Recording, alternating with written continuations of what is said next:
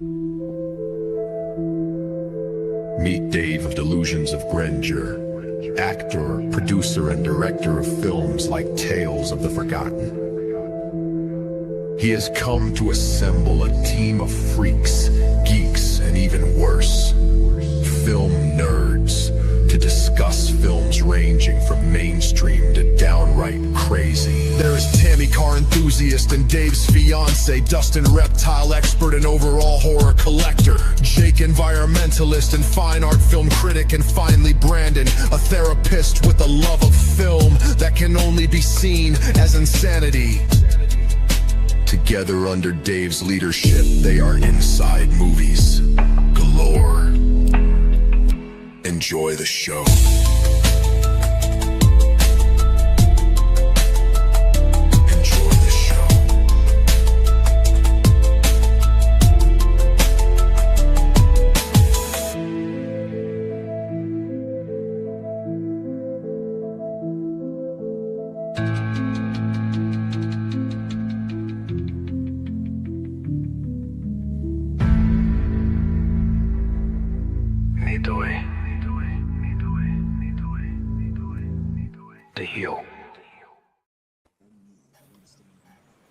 Hello, ladies and gentlemen, and welcome back to another exciting film journey here on Inside Movies Galore, where we are starting a new theme.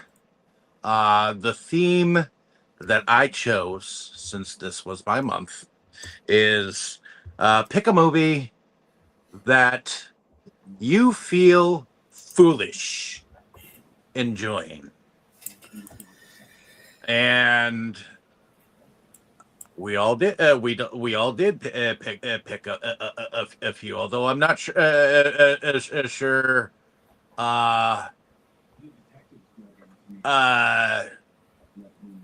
Not sure what everyone's picks are related to, or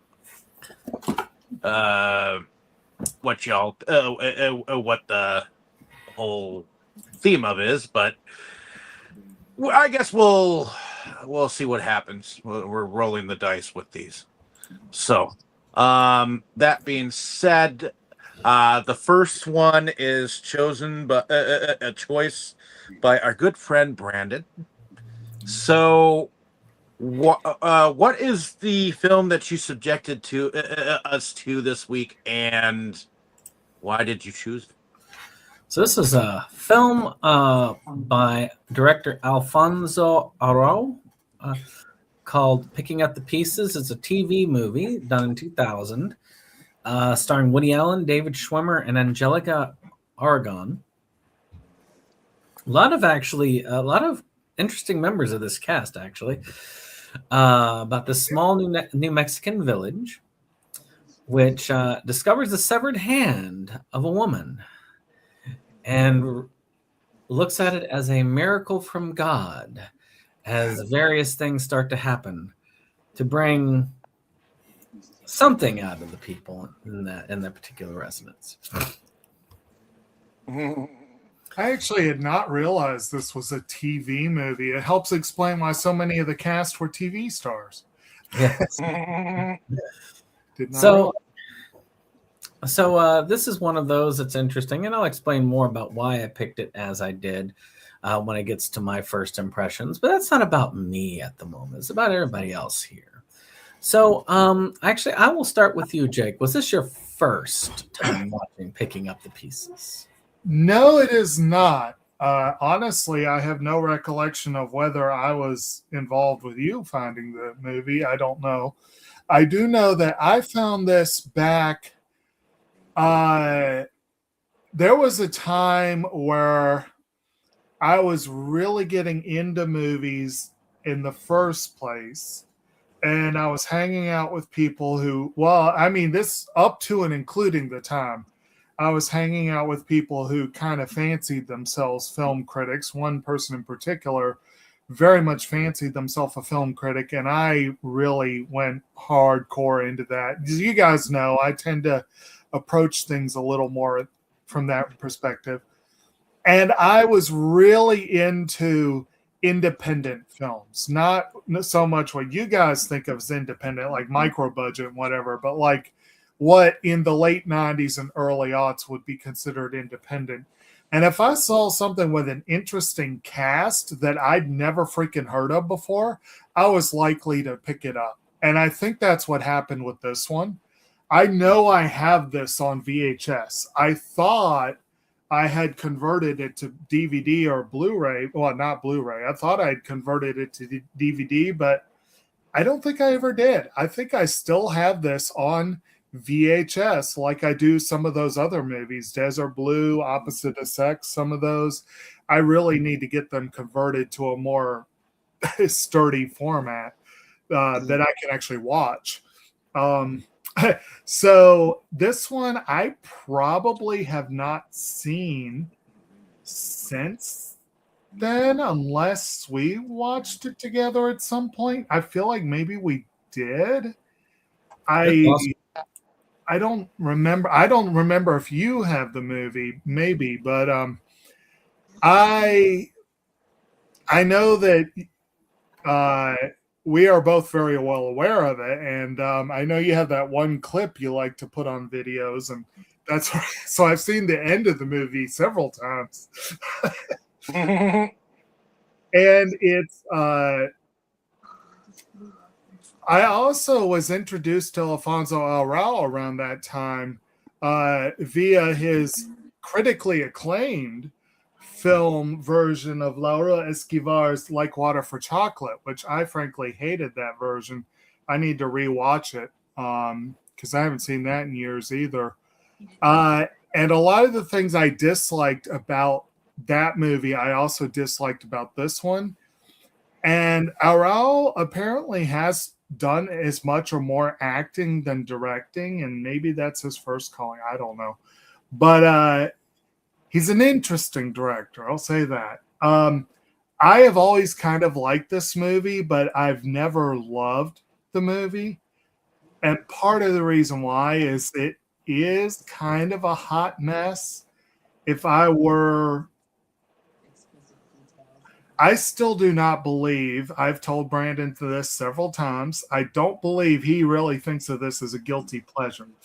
I, though, kind of could make that argument. Although I don't feel too guilty about liking it. It's kind of a hot mess.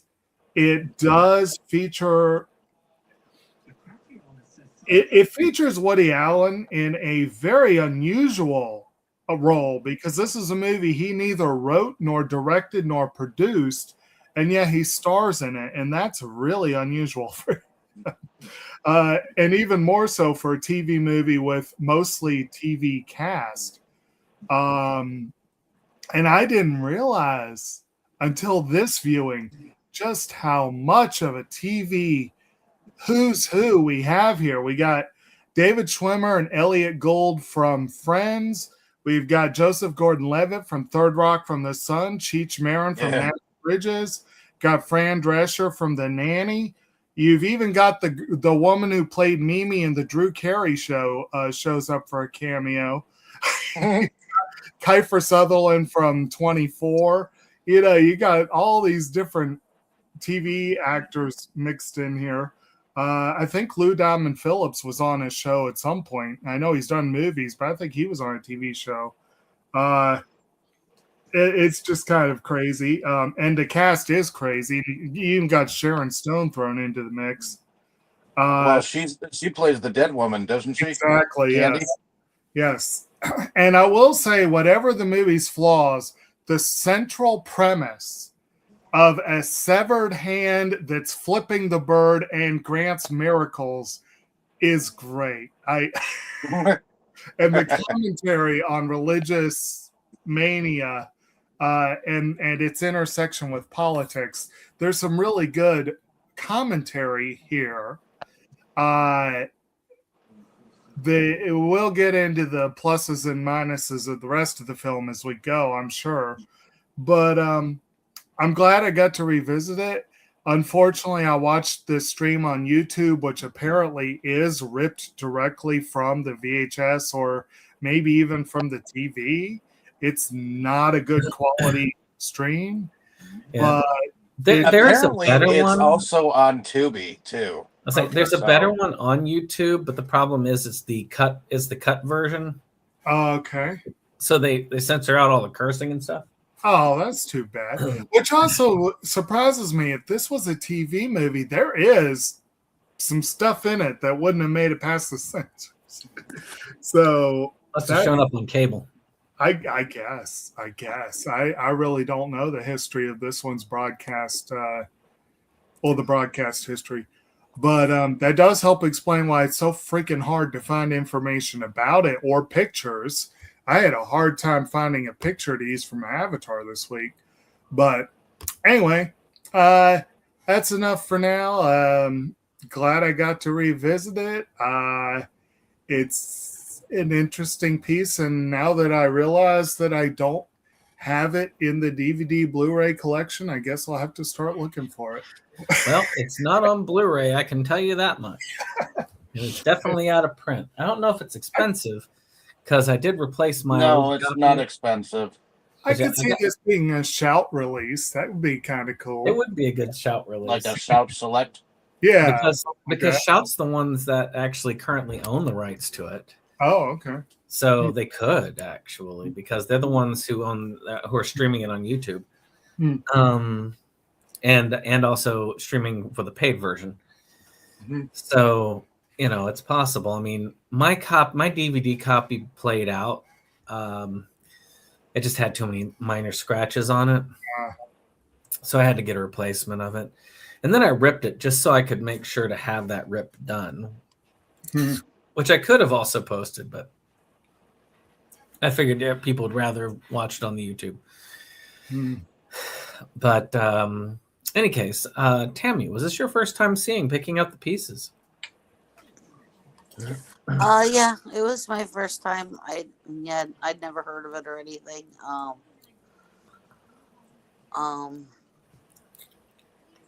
It was definitely different. I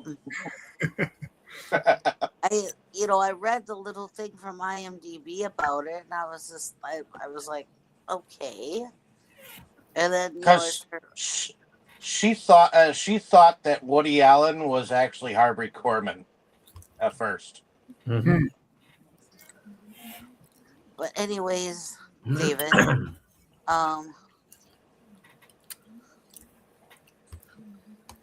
what's this say? Oh yeah, after I read the IMDb thing, it's like, that sounds weird, and then as it started going, I'm like, okay, I guess that really is what IMDb said. Because I was like, I thought I read it wrong, or that they left something out or something of that. Because it's only a few lines on IMDb, but it was just enough to make you go, what? Right. And, it was just, and everybody's like so strange in it, Well, Woody Allen is kind of doing a little bit of a narrative in it too, right? Yeah. Yeah. Which makes it almost like a Woody Allen movie, except he's not directing it. I mean, Woody Allen's best at playing Woody Allen, and that's really. I don't think I've ever seen a movie where Woody Allen didn't play Woody Allen. Right. Or a version thereof. Right. Well, yeah. I mean, it was strange. I mean, it was hard to believe that. I guess every religion has their own things that they worship, but wow. Right. Well, Catholicism. Although the weird thing is, here you have a religious artifact that actually is granting wishes. Yeah. Yeah. It's crazy. Yeah, but there's a catch to it. The thing has to stay there. One of the great jokes of the movie is that they think it's the hand of the Virgin Mary. And when her husband finds out, he's like, "Oh, she's definitely not that." Right. But when it disappears, all of the wishes go back. Right. So that's the catch. It's got to stay there for some reason. For some reason, it only works if it's there. Right. But what I don't get is all them people that came there to see it. If their wish was granted, did their wish go away when they left there? Oh no, it's more. To me, it looked like it was more of an issue of him taking it and then burying it with the rest of her. Okay. That's what makes the wishes go away. Because remember, it started working before they put it on the altar. Mm-hmm. Okay. So the wishes go away because of that, not because, okay. Let's not forget our favorite actor, the dog. Oh,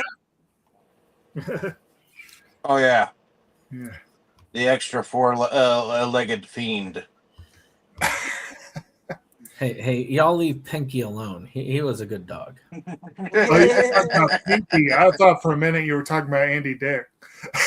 Well, he's the one who found the hand that bit him. I tried to forget about Andy Dick in this, and actually, the great thing is he is forgettable in this. So it Yeah. works. Yeah. So, well, I guess that'll be it till we get into it more. All right. Well, one more to go. Dave, was this your first time picking up the pieces? This was. I had actually never heard of this before. Oh, before you get started, Dave, me and Jake both thought that you might actually find the sense of humor in this entertaining at places. Were we right? In places, yes. But did I necessarily entirely like it? I'm uncertain. Maybe because of some of the people that like Andy Dick, he's kind of forgettable. Yeah. But David Schwimmer, I have him in another movie called Breast Men. I have not yet seen this myself.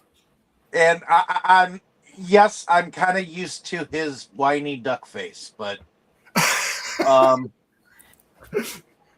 that's how I think about David Schwimmer. He's got this like whiny voice, but he always has a duck face going on. So he was Ross in Friends, right? Right. Yes. Yeah. That's how I always remember him. He's much less. I remember when the spider monkey humped his leg, and it was bobbing along to the wee bump away. He is much less whiny and duck facey here than he was as Ross. No. It kind of surprised me he was a priest of some sort or a pastor. And of course, the guy who plays his father on Friends plays a superior priest in this one, which is, I wonder if that was intentional casting or it just worked out that way. Yep. I didn't realize Mimi was in here from Drew Carey's show. I wonder who she played, but she was the woman who came to the butcher shop asking for a cut of ribeye and ended up stuffing. Oh, that was her? Yeah, she's almost unrecognizable without 5 inches of makeup on, but yeah. And that fucking hair that she had on the Drew Carey show, my God. But at the end of the day, I do like the concept. I mean,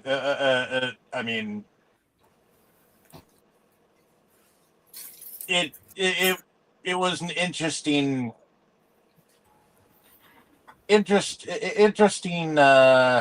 storyline. Let's just put it that way. And how it played out and what not. It was entertaining to a point. So, but definitely an interesting cast of characters for a TV movie. Glad you mentioned all the TV particulars because I didn't realize all of them. Yeah. But definitely a rare casting of characters for this movie.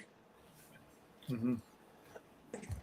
So oddly enough, when you talk about Woody Allen and his appearances like this, a lot of the movies that he has been in that he has not directed have been TV movies. He seems to be a fan of acting in TV movies.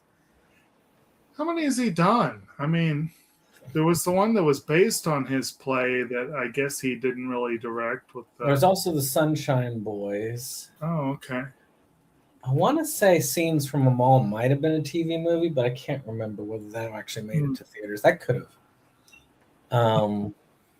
There were a few others I can think of. But then again, he got his start in TV because he was a TV writer. He was a comedy writer on TV. Okay. So, which we discussed back in our first episode of that Woody Allen discussion show we were doing, but we never actually got past What's New Pussycat. Yeah, we probably need to work on that eventually. At the rate we're going, once I get my shelves back. I was going to say, at the rate we're going, we might get back to this one in, 5 or 10 years? Well, once I've got my shelves back to where I can find all my films, Right. it'll be a lot easier. Right. Doesn't help that one of my least favorite Woody Allen films is the next one up for that, which is What's Up, Tiger Lily, or What's New Tiger Lily. Yeah. Right. Oh, anything else, Dave? Nope. I'm pretty good with what I said. I like parts of it at the end of the day. Let's just put it that way.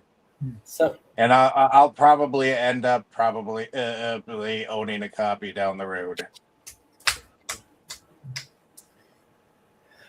So this one's an odd one for me. I picked it as the guilty pleasure movie because there is one movie, there are actually two, that I actually consider big guilty pleasure films for me.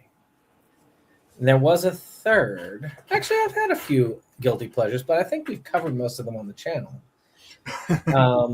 Because Jay and Silent Bob Strike Back, that's a little bit too soon to cover that.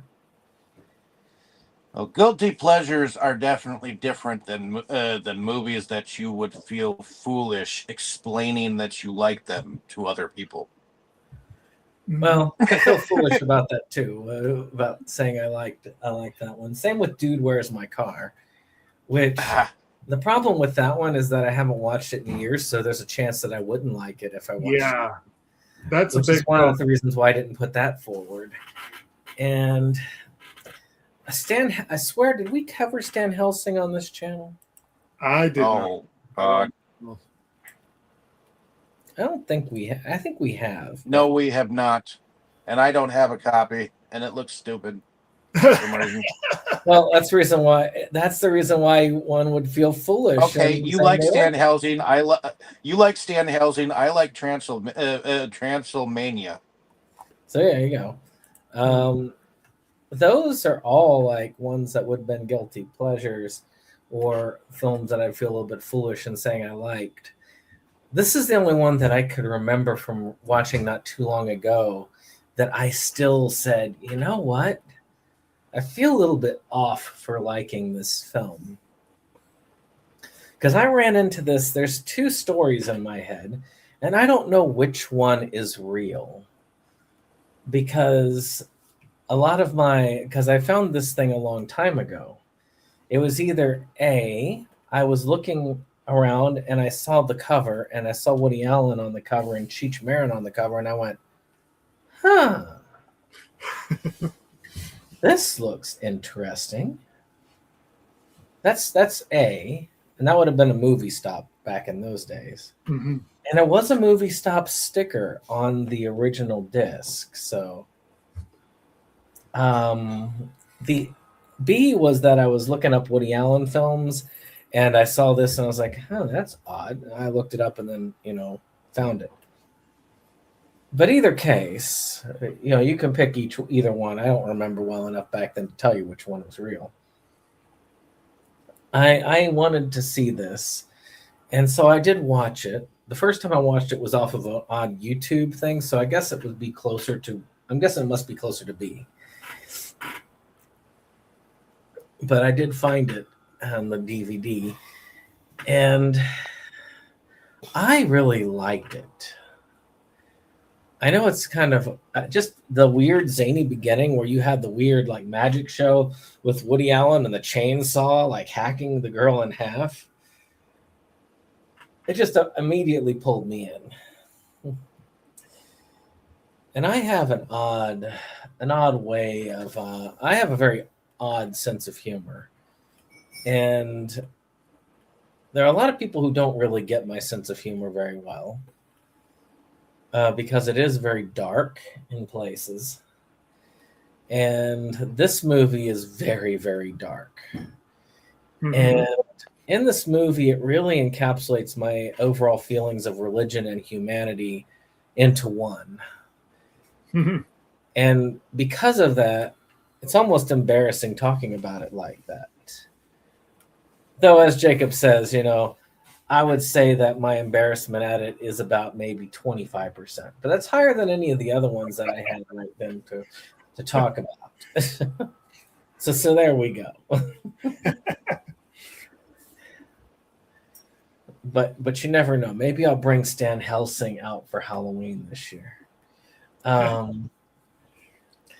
worse, I could bring Disaster Movie out. Oh dear God. But that would be if we did like worst movie you could think of or something like that. Yeah. But this one to me just spoke to me on those levels. It's not a well done movie. The sound mixing in general is terrible in this film, and we'll talk a little bit about more about that in production. And I would say the writing and editing is also quite jumpy and confusing at times. Mm-hmm. But as a film, it still entertains me and still has a soft spot for me, or I have a soft spot for it. So I guess we'll go ahead and get started here. So it really does start off with this kind of wild thing. Woody Allen saying how he and his wife had to move to Texas to escape some issue that his wife had with the mob. Right. I'd like to see that part too. And well, apparently, they said we came out to Texas primarily for the air. We wanted to keep breathing it, which is a very Woody Allen line, and it does make me wonder if he ad-libbed that. Like I said, Woody Allen is excellent at playing Woody Allen in films. Right. I've come to think of it, like I say, Woody Allen is a very one-note actor. But the good thing is the character he plays is usually entertaining to watch. Mm-hmm. Usually. Mm-hmm. And I do think that making him a Texas butcher does lead to comedy in and of itself. Mm-hmm. And seeing him with the chainsaw hacking his wife up in a magic act where she's like, supposed to be sawed in half, and he literally saws her in half in front of a cheering crowd. Yeah. To me it's just disconcerting but hilarious at the same time, because that is kind of out of character for Woody Allen. And if I'm not mistaken, also in front of her boyfriend, who happens to be a Texas State Trooper. Yeah. Yes. And a lot of commentators pointed out how weird it is, not just to see Woody Allen this far from his own material, but seeing him this far from New York. Like he is such a famous New Yorker that seeing him play a Texas butcher with a cowboy hat and all that stuff. It's kind of amusing just for the weirdness of it. So what do y'all think of Tex and his wife in this scene? Tex. Well, Right. Tex is interesting, I guess, somewhat, because he's a butcher, and he seems to be like the jealous husband. A husband. His wife, on the other hand, she's a tramp. Well, if you didn't think so at the beginning of the movie, by the time you get to the end, like the times where he's listening to voicemail. Oh god, she got it's more like action listening to wanted sex ads, you know. Yeah. Yeah, he's just sitting there listening to the answer machine. It was just like, okay. It's like there's a subplot involving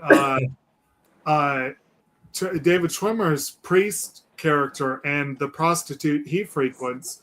You get the strong impression that Tex's wife probably slept around more than this professional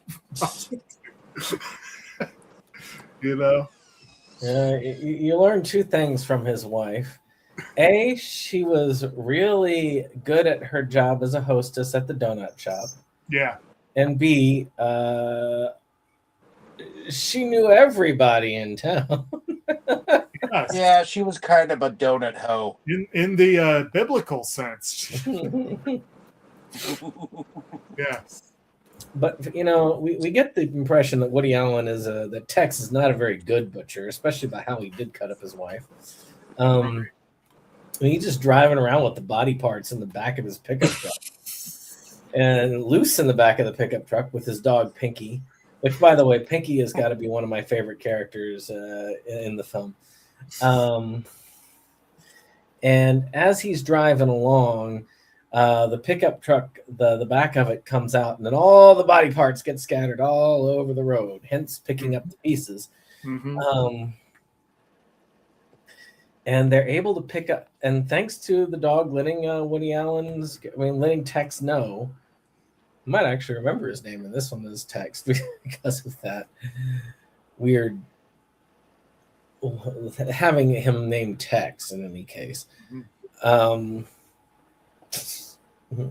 Which has got to be an alias, although if he was from New York and his name was actually Tex, that is kind of hilarious. So, well, he looks like a Texan, doesn't he? Can't you get that accent? A real Texas accent there. Right. But he does bury the body parts, but leaves one out by mistake. And it's actually even funny because as he's finishing burying her, his wife, and not very well either, by the way, he doesn't even bury her that deep. A police officer walks up and then he's like, is asking him what he's doing. It's like, so what were you carrying in there? Oh, my dead ex-wife. He was like, you're funny. And he laughed. Right. Like, and I do believe that officer was Lou Diamond Phillips, if I remember correctly. He has a small role in there in the film. Yeah. But he just thought it was a joke. They bury her outside of the town of El Nino, little backwater town in New Mexico. Yeah. So what do y'all think of this beginning? It's interesting. I did find it kind of hilarious that he was driving around with the parts loose in the truck, and it's like, really? And he does mark the town on the map so that so he can remember to come back if he wants to visit. Right. Actually, no, it was for the dog. It's like, I'm marking this on the map for you in case you want to come back and visit. And I gotta say, that is an intelligent dog. I was going to say, after watching the movie, the dog probably literally could have used the map to go back there. Actually, no, I want to say that it actually does. Well, But this is a film that tells a little bit of the story in the very beginning, and then it like jumps around a lot. oh, it does. Yeah. Because it'll tell a little bit of the story, and then it'll go over here and show this part, and then it'll go back to the story a little bit, and then tell two more things. It goes in all kinds of places, and it kind of confuses you for a little. Like I said, that's the biggest. I think that's the biggest detractor on the film is it's really badly edited story-wise. It's so staccato. Yeah, it's kind of almost like, and maybe this is the case. I don't know.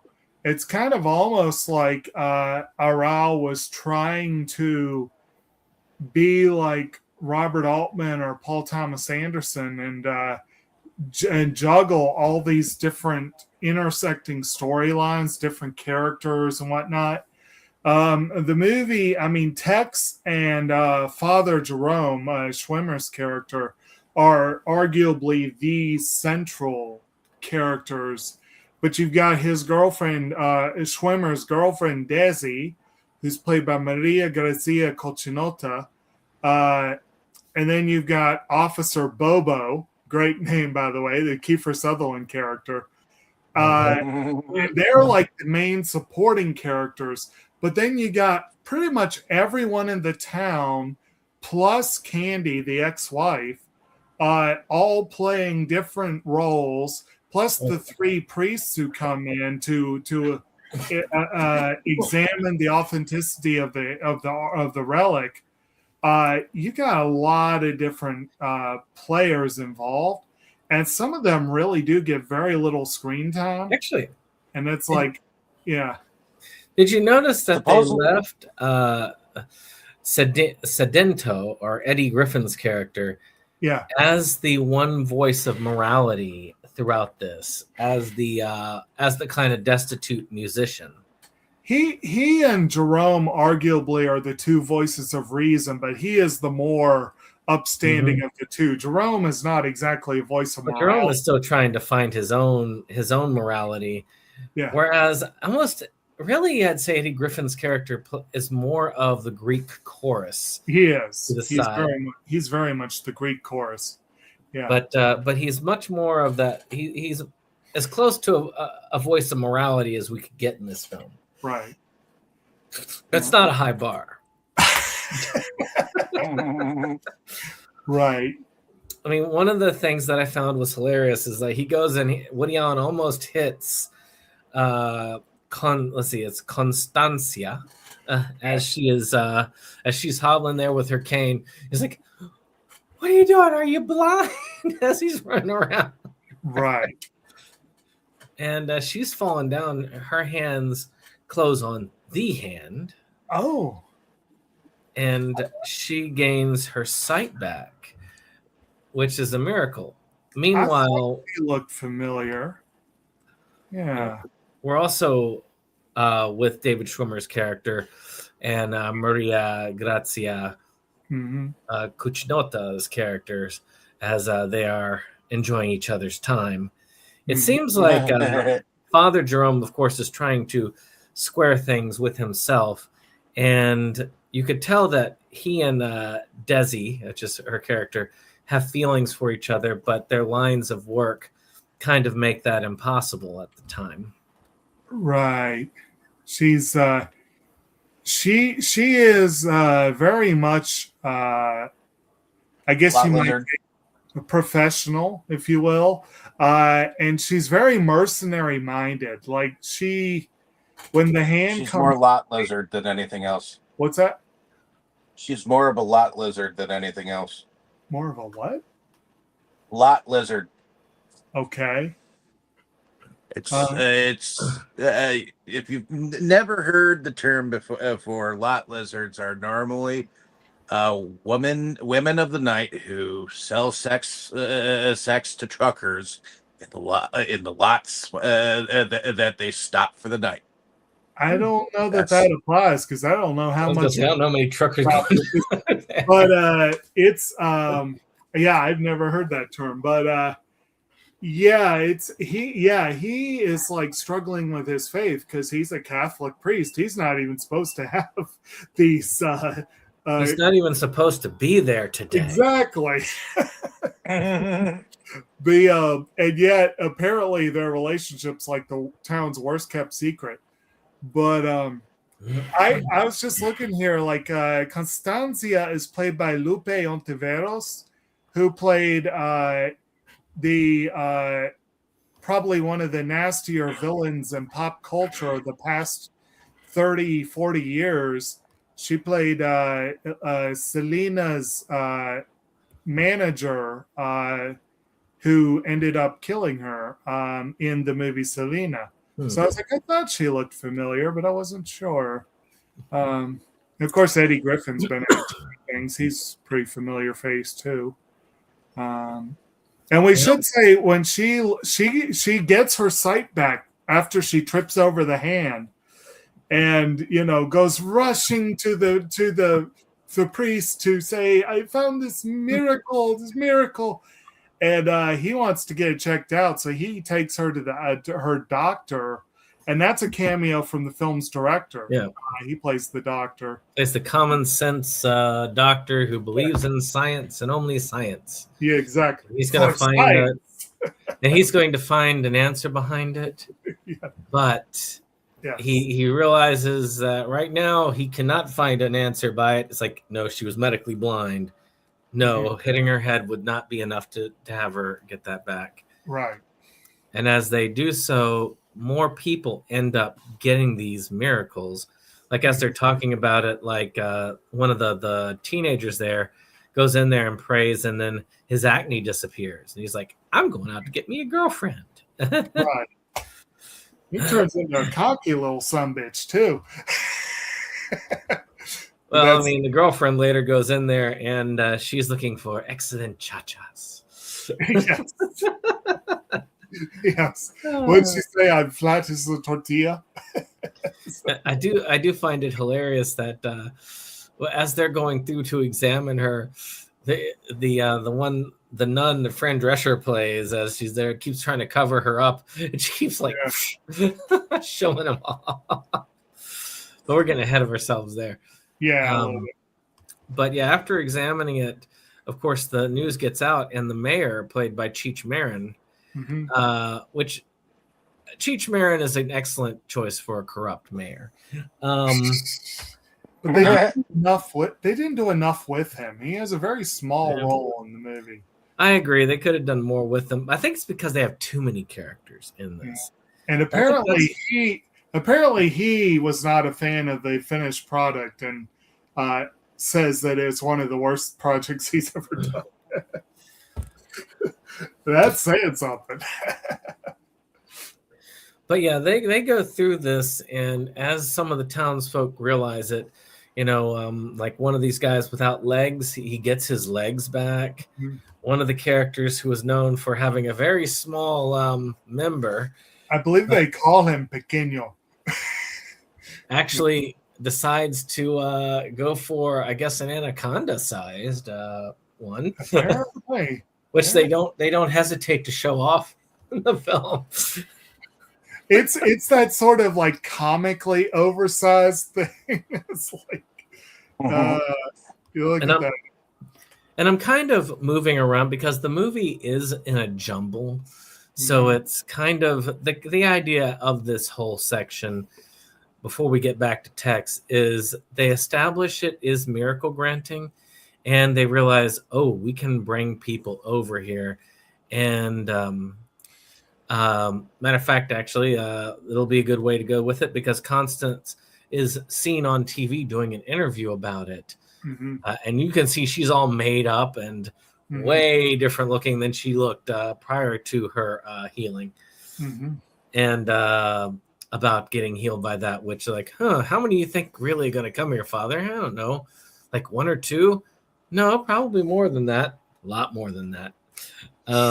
Yeah. But then we go back to Woody Allen. But before we do that, does anybody have any comments on just the initial miracles and the establishment of the hand, which is labeled to be from the Virgin Mary.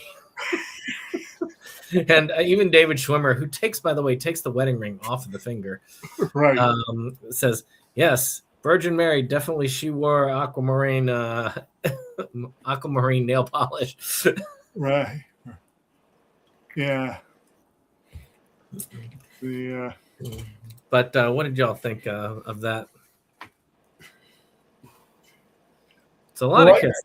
Like I said, I love the basic premise, and most of this was just setting up the basic premise. Some of the characters, most of these so-called miracles are pretty much just feeding into people's vanity.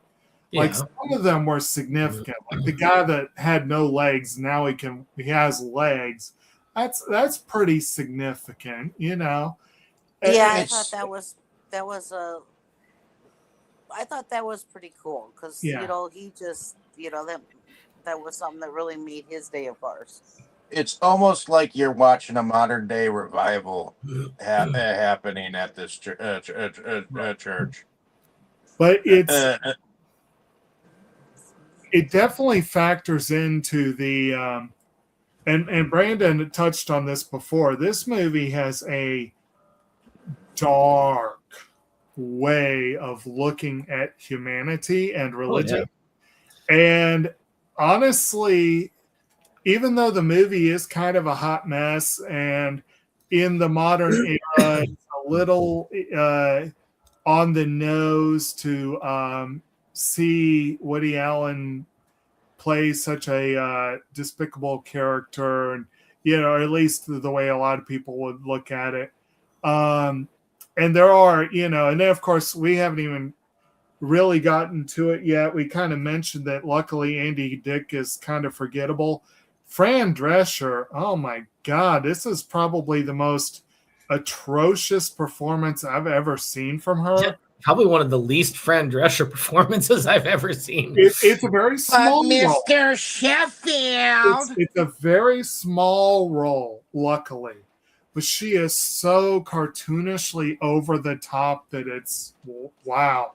It didn't even seem like it was her, Well, yeah, that's the thing. She was so over the top, it didn't seem like her at all. Right. So the movie has some issues, but one thing that I think maybe actually hit closer to home for me than it ever had before, and I'm not so sure that I'm going to try and beg off of responsibility for this the way Brandon is. I have to admit that I think this movie almost perfectly nails human nature, because everyone is so selfish. Everyone is they're all looking for an angle. Again, there's just a couple of characters that are relatively decent overall. It's most of them, you've got, Woody Allen literally plays a murderer, but you've also got all these other people who they squander their prayers on mostly cosmetic things, but all of them, even the more sympathetic ones, then turn around and milk that for everything it's worth. They all become shameless hucksters trying to, make a buck on the back of this thing, this so-called religious artifact. There was that one, I think it was the blind one.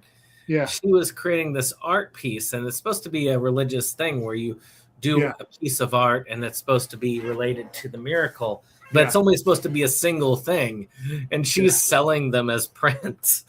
Right. But it does lead to some amusing quotes, amusing comments about like giving the finger and that sort of thing. The But movie actually has quite a few well-written jabs and jokes in it. Yeah. Unfortunately, it's one of those things where you kind of have to sift through the mess to find them. Yeah. But there are some that are there. Like I said, I mean, even like when Woody Allen almost knocks over Constancia, and she's like, "What are you doing? What are you, blind?" And I don't know why that makes me laugh. But it does. Well, yeah, it made me laugh too because it was just kind of like, yeah. I mean, well, even like again, and I feel bad that of all the people, I just can't remember the actress. I feel kind of bad about that. But then again, I never liked Mimi. She was one of my least favorite parts of that show. But what was her name? But the actress, Kathy Kinney, that's it. Kathy Kinney, when I think when Tex, I think he saw something on the news about this, and he walked out of the shop in mid-cut. And what does she do? She just opens up her bag and starts stuffing all this meat into her. Now, on one side, I will say that I can't blame her for it because he probably would have gone bad probably by the time he got back if he did. But two, I would not, if I was a woman with a purse, I would not put it in my purse like she did. No. Oh, yeah, when she stuffed all that meat in there? Yeah. Oh, God. I looked at David and I went, oh, she put all that in her purse. Yeah. I mean, those are bone-in ribeyes, so they're expensive cuts, but so that's a lot of meat right there. You get wrapped up, you could freeze it, but I would not put it like in a purse. I'd find you got meat wrapping paper and stuff in that shop. You just go behind the counter and get it. You know, maybe she came prepared for that. Maybe she had some sort of marinade already set up. That's where she fixes it. Yeah. She marinates it. Marinated used tissues, marinated hard candies that might have been in the purse. I'm going ew because it's just marinated eye drop. I wasn't even thinking about what could possibly be in the purse. I was just thinking it'll make the whole purse gross. I mean, knowing Mimi, she probably had some of those fake eyelashes in there too. So, and she probably also had about a dozen or 2 dozen trolls in there. Oh my God, that's who that was? Yeah. I just realized who you're talking about. She always had like the blue eyeshadow on. Right. Yeah. Eyelashes. Yeah. And like the blonde, like a blonde wig or something. Yeah. Or something. Yep. Yeah. I mean, I didn't watch that show a lot, but I know who you're talking about. She was a fat blimp on the show, yes.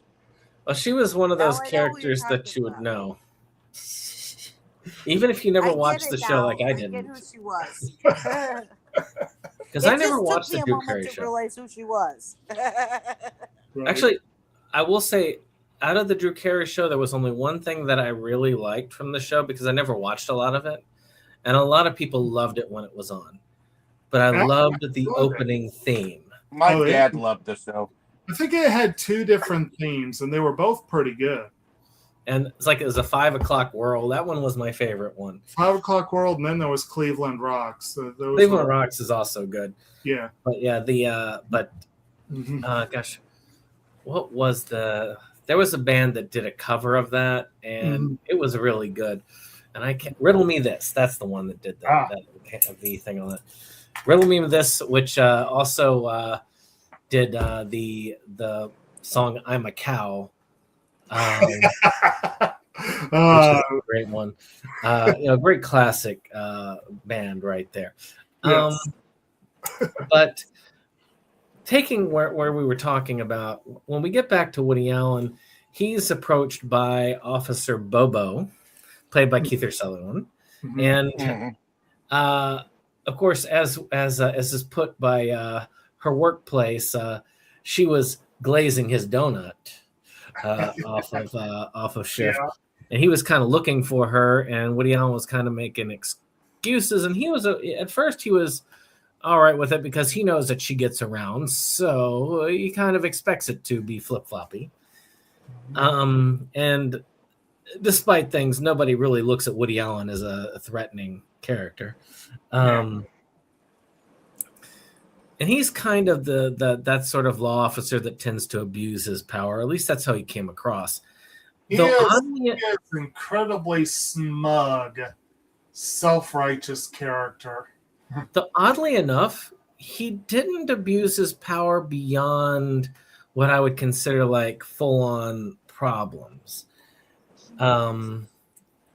Because he didn't beat people up for the heck of it. He didn't do a lot of the stuff that I would have thought a character like him would do. I mean, he goes to the donut shop to look for her, and this guy is like saying, "It's like, what did you do with her, Bobo? I need her. This is cream stuffing, and she stuffs cream better than anyone else." I'm like, oh my god. Admittedly, that guy was pretty hopeless, apparently. And when he was putting the cream in the coffee and the cream was all clotted. Because Now, I will say this. He did abuse his power insofar as he didn't seem to give a damn about jurisdictional limits. Oh, yeah, jurisdiction and search warrant. Yeah. But Woody Allen, Tex, does catch it on that scene where we're talking about. He sees Constancia's interview and realizes, oh crap, and he has to get over there. And unfortunately for him, Bobo's waiting for him and arrests him because he suspects something, and rightly so. And in all fairness, even though Officer Bobo is a dick, he's not the bad guy here.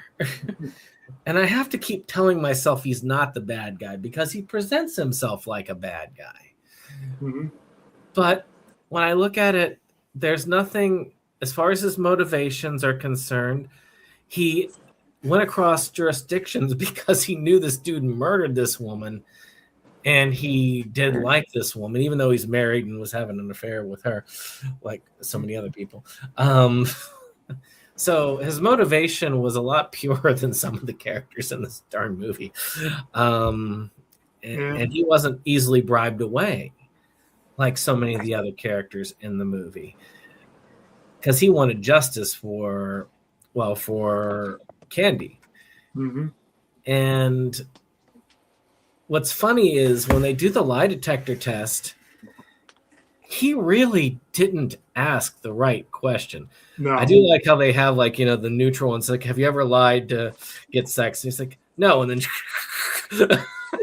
all over the place. Yeah. But he asks the wrong question. Is like, did you kill her while catching her in the act of cheating? He's like, well, no. He didn't catch her in the act. He just he knew she'd already done it, so killed her off of that. Yeah. He just and he screwed up by asking the wrong question. So Tex just walks free because he got nothing on him. Right. And that night when he goes in and investigates the trailer, he finds the place on the map that was marked. And of course, Pinky decides to take a small chunk out of him there too. Right. Pinky did not like Bobo.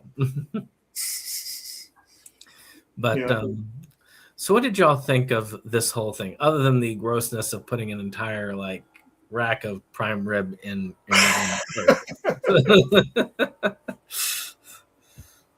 It's pretty gross. The whole title. Good. I was going to say the whole title of the film is basically based off of Bobo's investigation of the murder. Shoot, I just took it literally of picking up the pieces. But anyways, go ahead, Nick. Talking about picking up the pieces, the various pieces, the map, I did find it hilarious that the fact that the killer was dumb enough to mark the burial site on the map obviously that was going to come back to bite him. He literally X marks the spot. Well, the dog needed it so he could come back and visit her. It's actually kind of funny because Woody Allen, when he's locked up later in there, he's actually called the dog and he's speaking to the dog over the phone. Yeah. Well, didn't he tell the dog that there were steaks in the fridge when he's ready for him? Yes, yeah, he did. Before he left, he said there were. Yeah. That's like the dog from Inspector Gadget, that level of intelligence. Yeah. Although I will say, and this could be considered a positive on Tex's character, Tex knows and acknowledges his dog is intelligent. Gadget, not so much. That's because Gadget is very unintelligent overall. Yes. But back in town, we definitely see that people are taking advantage. I mean, one of the things, like, everybody takes a small bit and they didn't take more. Like the one guy, and thanks for the miracle, crafts the father a wooden carving of the finger, which then later you see him selling small wooden carvings of the finger for this. And as he's going through town, everybody's giving him a little bit of a cut for the business, for the church father. And one of the things that they had talked about was that the bishop was getting ready to come there to close it down because there was so little participation and the church was just falling over. And the church was sending 3 emissaries in order to test the authenticity of the thing, which we have, of course, Father LeCage by Elliot Gold, Father Buñuel, played by Andy Dick, who's more of a friar, really, and Sister Frida, played by Fran Drescher, which, yes, very over the top. She uses her ugly face quite a bit in this one. Yeah. And Andy Dick is very... I will say this about the movie. The director or writer, whoever it was, when they cast people, they tried to cast a lot of actors against their type. Andy Dick he played more of a visual comedy instead of his usual type of character. He was more of like a slapstick visual. Fran Drescher was just, loud and obnoxious, but not Fran Drescher loud and obnoxious. Right. The only thing I can think of is the character in one of Dr. Evil's minions. It was Frau, whatever her name was. I know you're talking about. What was her name?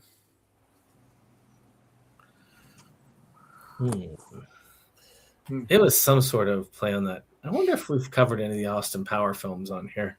No, we have not. It would make sense to hit those eventually. That's the thing about movies. There's too many of them. Yeah. People always ask me, it's like, man, you haven't seen that. Like, you know how many movies I've seen in my lifetime? And do you know how many movies are out there in the world? How many television shows that are out there in the world, Well, I guarantee you that there will be a time where I will find a movie that I should have seen, but I haven't. Oh, yeah. I still say that'd be a good... that would be a good topic. Good topic. There are a lot of movies that are within my collection that I've just collected and I haven't watched. And we've covered a lot of them on this show. That's part of the purpose of the show for me. But they're sitting there examining it, and of course they're driving like huge crowds. And it's actually moving towards Day of the Dead. So you got all these people celebrating all the different skeletons and costumes and stuff. And I think the chaotic nature of it all really does a good job of matching the chaotic nature of the editing of the film. But what do y'all think of this whole thing here? Because I mean, as it is, the whole of it, you've got a bunch of characters who do have development. Like at first, Desi is all into it because she's making, hand over fist with this stuff. But then she gets told off by Sister Frida, and it sticks with her. And she decides that she needs to give up being a whore and be celibate for a bit. And it continues to make it doesn't do any good for Father Jerome's and his crisis of faith continues to be deeper because of this. Right. You just have a bunch of these people who become more and more corrupt as it goes on. Even the three that are there, like Father LeCage looks at this as something that how it could benefit the church more than anything else, because eventually they do feel like, oh, it is, but this isn't the Virgin Mary. This is just obviously a saint of some sort. Right. Oh, I believe, didn't they say by the nature of the miracles, it's obvious she was American? Yes. That's another, that was another dig. Right.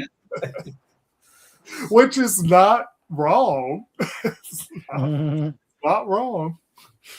But, yeah. And Tex does get to town, and he puts on the devil mask to try and kind of hide in there so he can get up to the hand, and eventually he takes the hand and flees with it.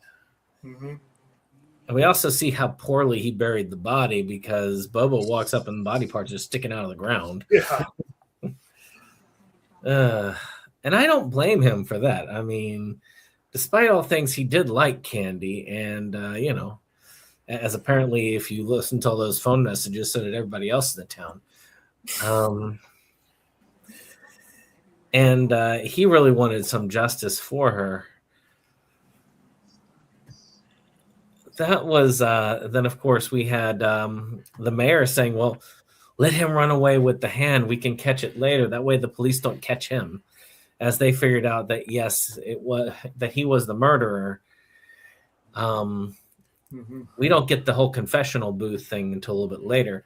But that whole thing, as he tries to escape and Bobo is trying to chase after, it's a pretty entertaining thing overall. A bit of a chaotic chase, but I think chaos is the name of the game with this movie. Yeah. And if you think what I'm saying is a bit convoluted and chaotic, but that's okay. That's pretty much what it feels like. And we did touch on this earlier, but after stealing the hand, he tries to bury it, and all the miracles disappear, and everyone is so upset. Then he gets caught. Yeah. But they say, well, you're out of jurisdiction. You need a warrant. We're arresting him for petty theft. Right. Yeah. And they try to kind of bribe him out of it. He's like, no, I'm coming back and I'm going to get that. And then while in the jail cell, that's when he also calls to get Pinky to come and help him out. Well, this is also when he gets a visit from his from Candy. Yeah. And Candy apparently got into heaven because she had to put up with him. Right. I kind of owe you for helping me get into here. Because I wasn't doing things that were exactly heaven friendly. Right. But she had said that she wanted him to restore the hand to where it was. And when he asked what the miracles were, it's like, this would do a lot of people good if we understood why. It's like, it's like, she's like, let them work it out on their own. It's like, who cares? Right. And leaves the door open for him. And apparently heaven's a no smoking zone. We find that out too. Right. That's one of the reasons she came down to visit, apparently, was so she could sneak one. It's kind of one of those weird things. It sounded like their relationship was not necessarily 100% bad, but it just was one of those things that went over. Right. And Tex does get the hand with the help of Pinky, and does bring it back to the church and goes to the confessional. And meanwhile, in the confessional, you've got Father Jerome and Desi consecrating it. As she kind of realizes that, this is what was meant, is that they were supposed to be together. Mm-hmm. And that culminates in this huge confrontation scene with the angry mob, Tex with the hand, Father Jerome, Desi, who was also plenty happy to take Tex out, and Bobo, who wanted to take Tex out and the hand, which turned the crowd against Bobo in a very disturbing way. Mm-hmm. Yeah, they beat that dude to a pulp. But if you think about it, it goes back to the dream when they were when Father Jerome was sitting there hanging as the piñata, and you saw them like beating him like that. They actually literally were doing that to Bobo. Mm-hmm. And of course, all the miracles get restored. Mm-hmm. And basically, the only thing that she had asked in his was for him to put the wedding ring back on the hand, Mm-hmm. which showed again that their marriage did mean something. Like I say, I think that they did care for one another, but I could see that there were many things that went wrong with that marriage.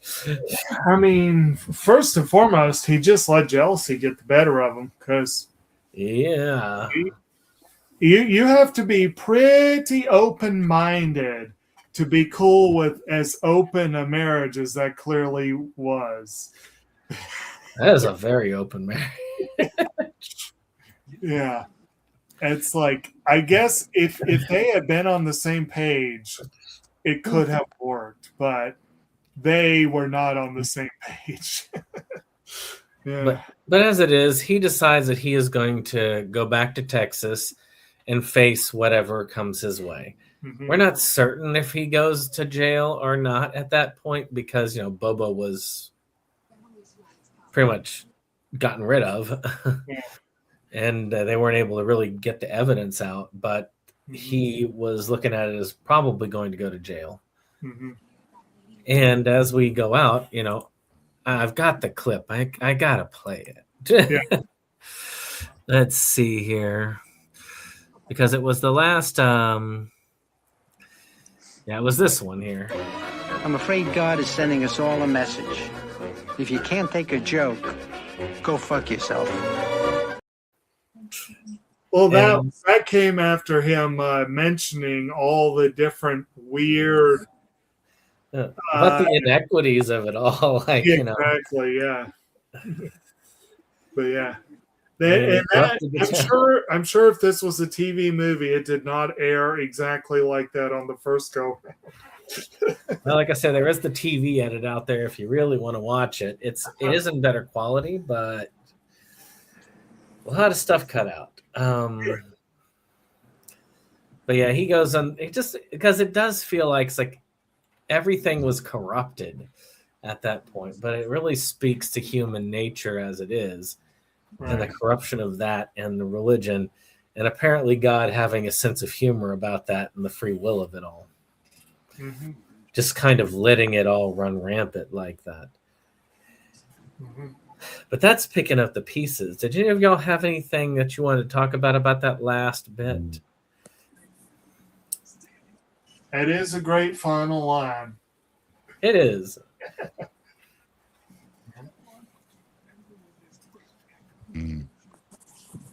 No comments. Well, then we'll move into production. I will say the editing in this is horrible because it really does jump around a lot. I think with better editing and maybe a few less characters so that we could let more of them shine, like the mayor and so on, this could have been a much more solid movie than it was. Mm-hmm. I think it would be detrimental to this film if the director or some of those who were involved with the editing itself would go back to the drawing board, see what they exactly they cut, and then see if they can make a better cut of the film, because they didn't do a good job the first time around. I wonder how much of that was interference by the TV execs. I mean, it's quite possible. Like maybe if Arau were given the opportunity to go back, if he had the masters and whatnot, and the desire to do so, and do a proper director's cut. I could see a Shout or a Vinegar Syndrome release of this, Yeah, with the director's cut on it. yeah, And it might actually make a little bit more sense. Maybe Right. not jump around as much. Right. I would definitely get it. I would love to upgrade mine to a Blu-ray. right. Because it's kind of a bare bones DVD. I would imagine. The apparently our editor is Michael R. Miller. At least they're the ones credited with it. Wow. Okay. They. Wow. This person has some good credits. Strangely enough. Mm. Shows you how much he really cared about this particular film. Wow. Yeah. Wow. Actually, some very good credits and some not so good. I wonder if they were. Huh. Interesting. I wonder if they were just given co-credit or if they were actually a major force. Makes you wonder. It makes you wonder. Yes, It indeed. does. But I mean, I do think that there were some fun little effects here. I like some of the miracle effects. They look pretty decent. And I thought the costume design and sets were really cool. Right. Yeah, I'll agree with that. It's got a lot more money to it than, say, your typical micro budget film that we cover. It's Uh, got the more cast meat alone on will its see that. bones. It's got a little bit more meat on its bones than at first glance. Right. Now, I do have to say, unfortunately, when it comes to aspects of the production, like I think you, Brandon, I think you said something already about the sound.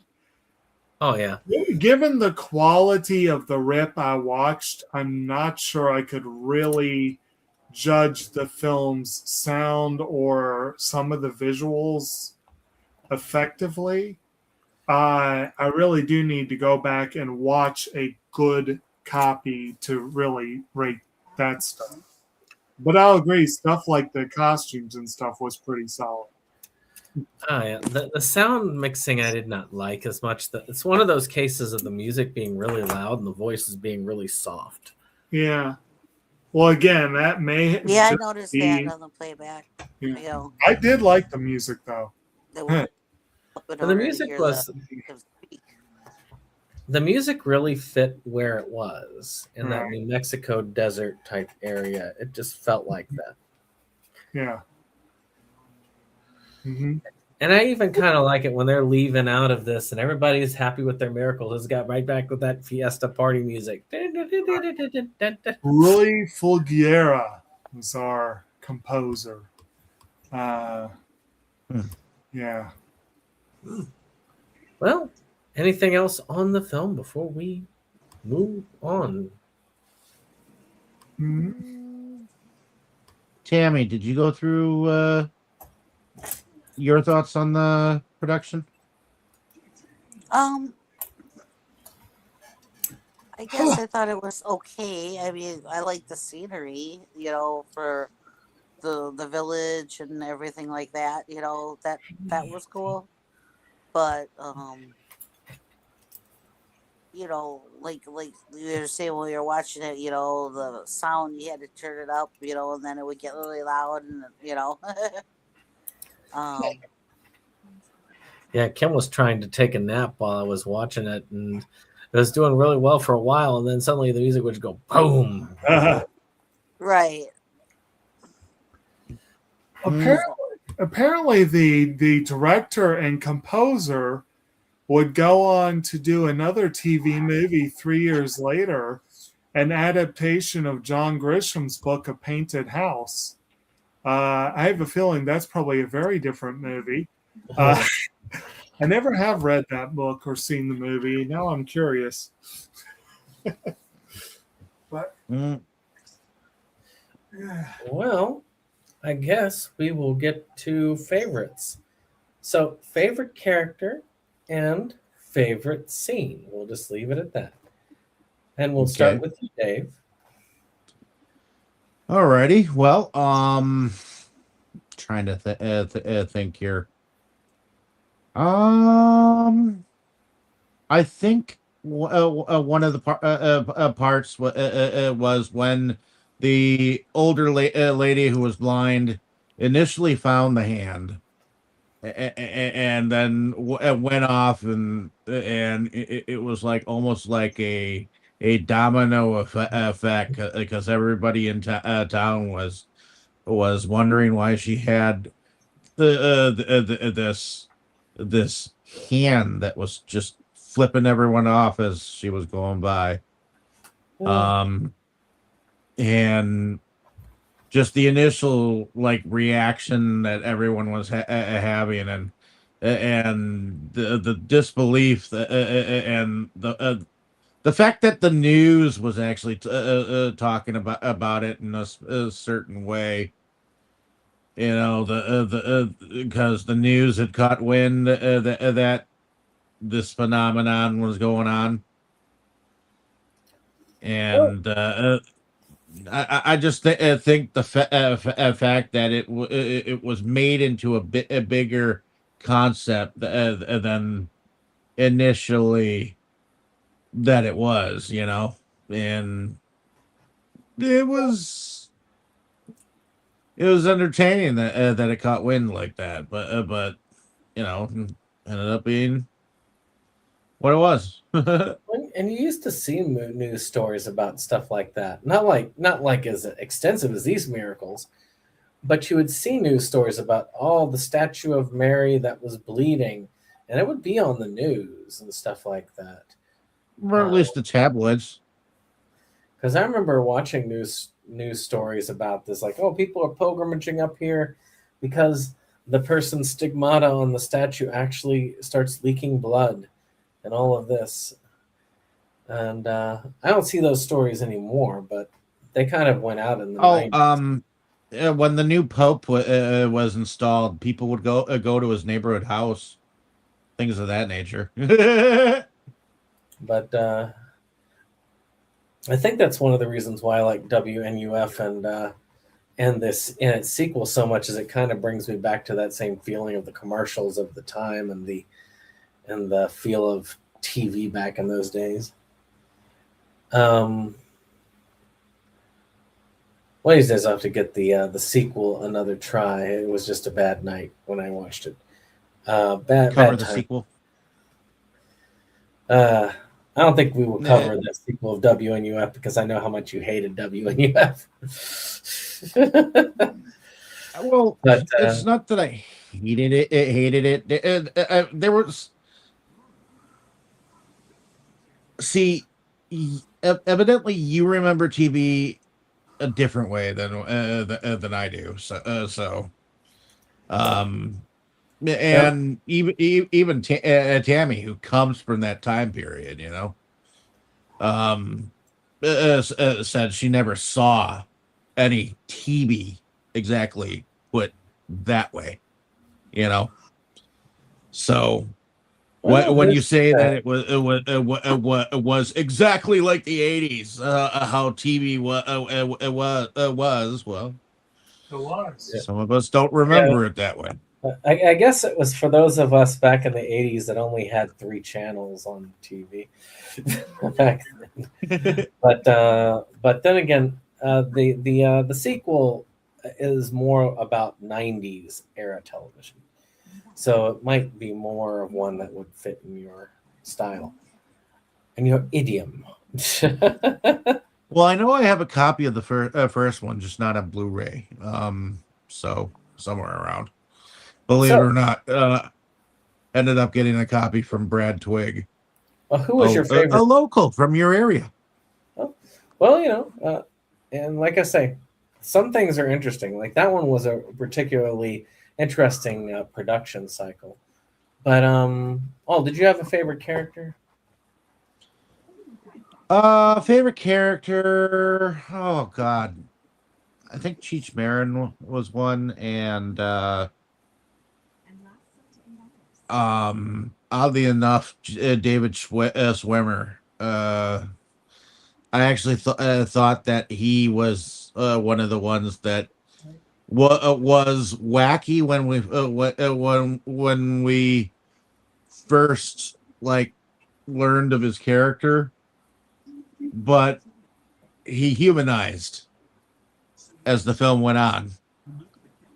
You know, he was one that took a step backwards and was like more reflective of what he what his feelings were, and you know, I think he was kind of looking inwards at himself, which is why he I think another scene that I liked was when people were coming into the church and destroying it left and right, and he was like, "Guys, this is your church," you know. So, Well, I guess then we'll go with you, Tammy. Favorite scene, favorite character. Well, I like the puppy dog, but my favorite scene, well, one of my favorite scenes is when the one guy gets his legs back. Because I thought that was like really cool how they did it, you know. So I liked it when he it was, lost his legs. well, I liked when he got him. You know, it was cool how it happened. I mean, you know, you knew why he went in there, and then it just, you know, I remember him doing the prayer, and you know, you didn't figure anything's going to happen because, you know, it's not like he came in there on crutches and was asking to be able to walk again, you know? So it's like, what's he going to ask for, you know? And then all of a sudden, these legs come, you know? So I thought that was really cool. But, and I liked a couple of the other things, you know, when the one guy asked for a bigger appendage. And He starts out with just like regular, like, you know, maybe a little bit less than a foot. Then he's like kept bigger than. Right. Well, the things that people wished for and the fact that they got them. yeah, some of the things that people got that they wished for. Yeah, that was, yeah. Well, and that made me think about another favorite scene as when the one chick lost her chest, and I think it was Gordon Levitt who laughed at her, but then she laughed at him because he changed back, you know. He got his acne back. That moment was another favorite of mine. But let's see. So, Jake, favorite character, favorite scene. This is a good example of a movie where favorite character and most notable character might not be quite the same, because there are relatively few characters in the movie I truly like, but there are several that amuse me. But the one that I actually liked the most probably was Father Jerome, because, like I said, he had his flaws, but for the most part, he was one of the more decent characters in the movie. And again, we talked about Sediento as sort of the Greek chorus. He was also a relatively likable character, just as much smaller role. But I am going to also definitely give the runner-up, the honorable mention to Pinky, to the dog. Pinky was a great character. And as far as favorite scenes, I do have to admit that final line of, that, God is saying that if you don't have a sense of humor, then go fuck yourselves. It's a great final line. I love it. And that might be my favorite moment. There are like a lot of little moments that I really appreciate, little moments that are either like the characters are really stupid or something kind of funny happens, or but I can't really think of anything that I would put on quite the same level as that final line. This movie was really good with little jokes. The problem was there wasn't a lot of follow-up for the jokes, so they're scattered. Yeah. So you'll get in there, you'll be watching, and you go, then you'll see something like, oh, that was funny. Then it right back to where it was, and then it went back. But nothing that would sustain the laughter. It was one of those, like, you laugh for a few moments and like, oh, that was fun. And then it's just back to, it's all right, generally entertaining, but nothing, And I will say, this is not one of my favorite films of all time by any means, but I do like it overall. I do consider this is one of those I would consider a solid 7, which is the number I would give, a rating I would give to almost any film that I generally like and would enjoy watching over again. Because if a 6 is one that I'm willing to give more than one chance, that I think is generally okay, but I'm not like gonna be jumping to watch it again. So those two are in that ballpark. I would say this is close to a 7, where I enjoy watching it every once in a while and still enjoying it. Unlike, say, 8, 9, or 10, which is I could watch this any time of the day. It is a great movie. But my rating system does include more than art value. It also includes rewatchability and enjoyment factor. Which is how I remember that's how me and Jake would differ in our ratings. No, you are completely misrepresenting mine, because if you remember correctly, enjoyability was only a few points behind art value for me. But I do admit, like, I have a lot of movies that I would rate at 8 or 9 that I do not particularly want to watch again anytime soon. They're just really good movies. They just don't have the rewatch value. And then what was that movie that you like? Was it Affliction? I do not like Affliction. I appreciate it as a good movie with great acting, but God, I do not like that movie. That's a good example of one that would be that whatever its rating is would be more on the craft than it would be on the entertainment. As far as me, favorite character is obviously Pinky. Obviously. I mean, Pinky was just great. I love the fact that he was calling Pinky on the phone and the dog was barking back to him. It was just, it was kind of out of place for the film, but it was kind of not, because there is a cartoony nature to this film. And my favorite scenes are at the very beginning and at the very end. I love the chainsaw scene at the beginning because it's so off and odd to see Woody Allen hauling the big chainsaw and cutting this woman in half. He never has the same problem twice. Yeah.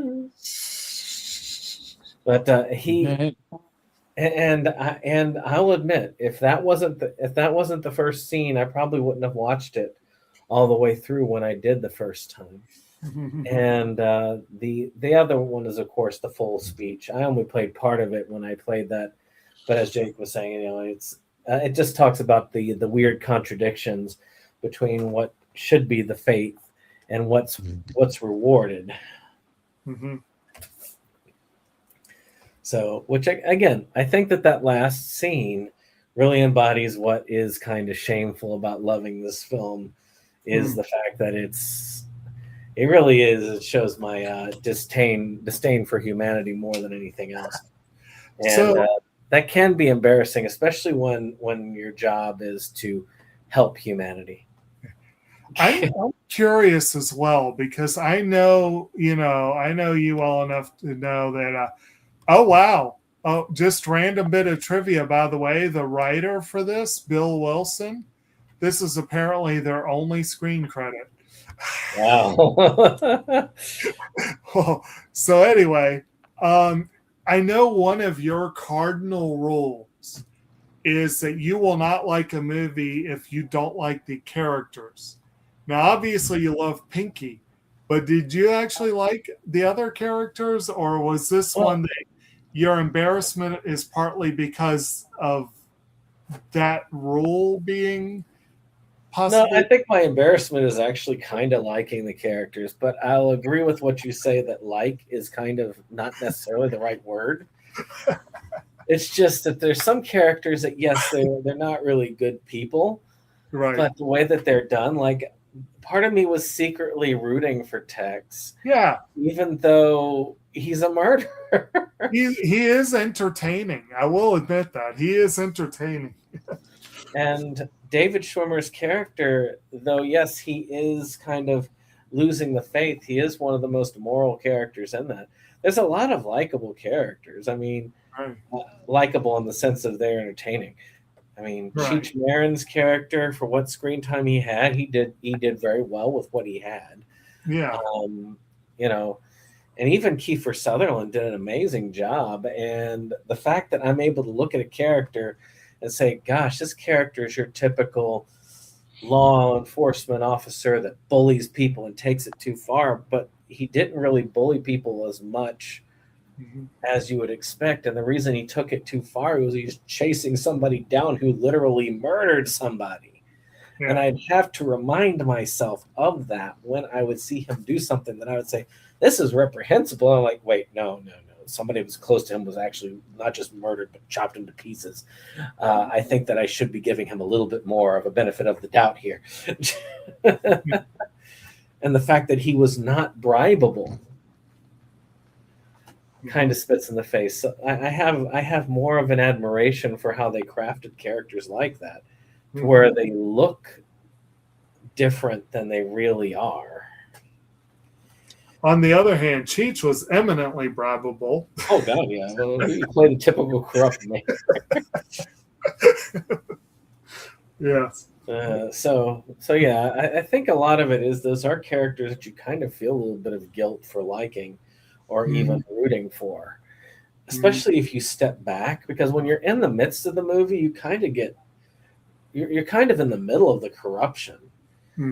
And it's not really until you hit the end where you have that scene where they're literally beating Bobo to death on like a piñata, that you start to think, just like, oh crap, this is definitely not going in the direction it should go.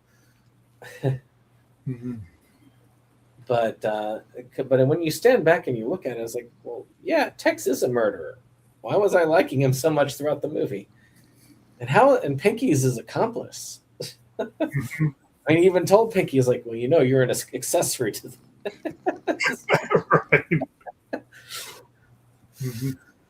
So, I guess I think that's the thing, and I've learned that it has to be the two together. If I really like if I really like the characters, and the movie is kind of boring, but I really like the characters, then I can be okay with it. And if I really don't care for the characters, but the movie is not boring in the slightest, I can kind of let that slide too. But when I don't like the characters and the movie bores me, then I can't let it slide at all, because then it's just not enjoyable for me. A good example of that one is The Libertine, which I believe was one of your old man's favorites. Oh, yeah, he loved that movie.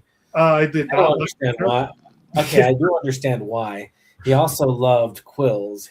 he probably would have loved Sallow if I got a lot more out of Quills than I did the Libertine. I will say that. Actually, I could have seen my father liking Sallow, so I can't really.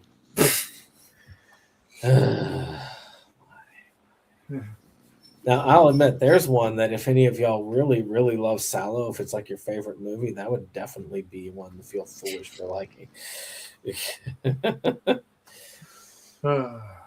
But with that being said, Dave, I guess I'll hand it back to you.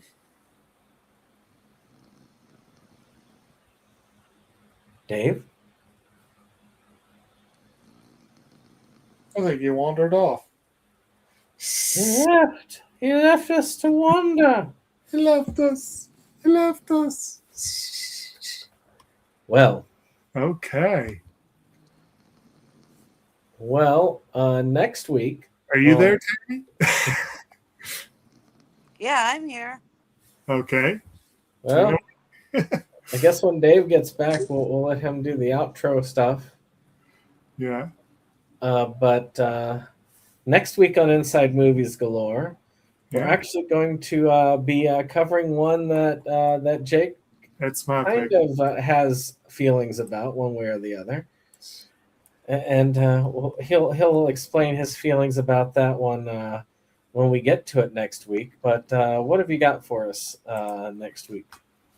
Next week, we will be looking at a movie that, if I recall correctly, came out a little bit after this. Yes, a movie from 2005 called Waiting. Which directed and written by Rob McKittrick.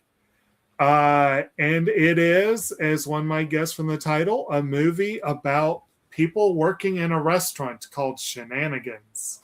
Good name for a restaurant. That was your Clerks.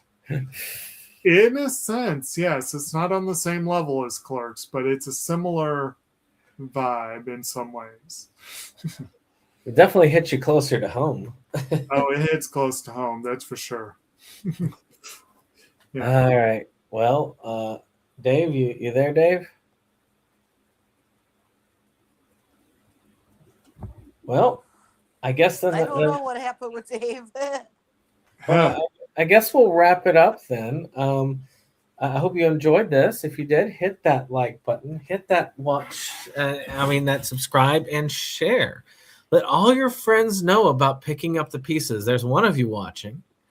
And I guess we will see you on the next one.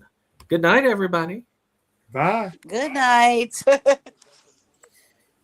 Inside Movies Galore just makes you just want more. We've had all in the world of media to explore.